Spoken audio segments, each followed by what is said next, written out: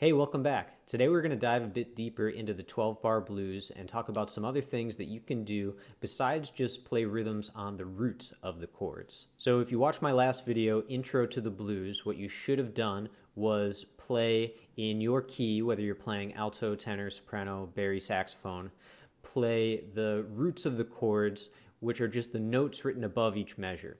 What those notes actually mean is that the accompanying instrument like piano or guitar and bass are going to be outlining the major triads built on each of those notes. A major triad is just a three-note sound that stacks thirds on top of the note written above the measure. So for example, on my instrument, my first chord is G, and if I took 1, 3, and 5 from the G major scale, the G major triad would be spelled G, B, D.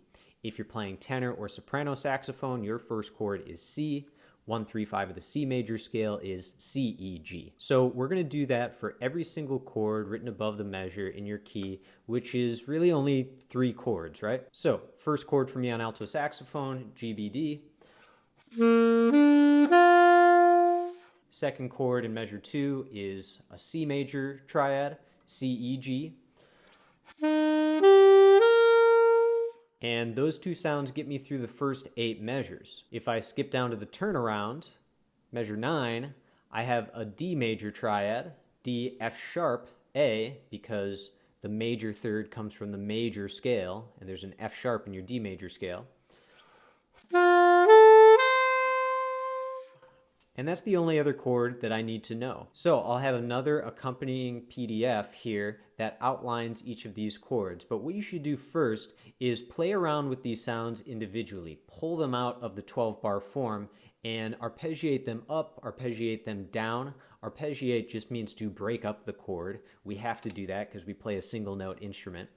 And try to take those sounds full range on your horn and just gain some comfort and flexibility with them.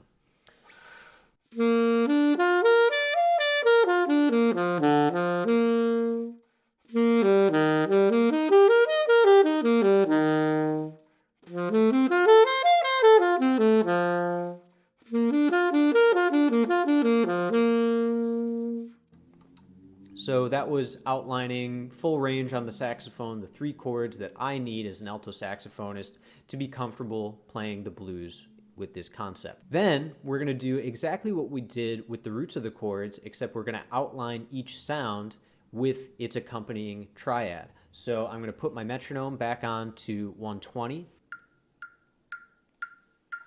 and do something very similar to what I did before. Pay close attention to the rhythm here. 1, 2, 1, 2, 3.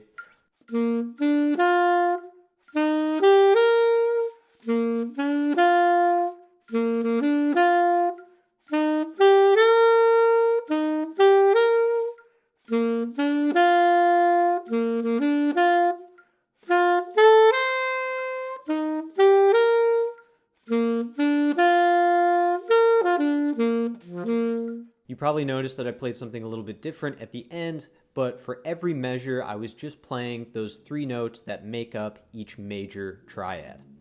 Try that on your instrument, and then, again, we're just going to do the same thing as we did before and start adding or varying the rhythm for each of these sounds. So now instead of just having 1 note like we practiced in the last video, I have 3 notes to choose from per measure.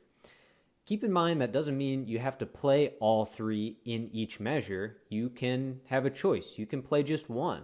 Doesn't have to be the root. You can play 2. You can play all 3. You can go nuts and arpeggiate the sounds. As an improviser, what you want to do is play to your comfort level and play in a way that's going to help you keep the form. So let me show you what I mean. 1, 2, 1, 2, 3.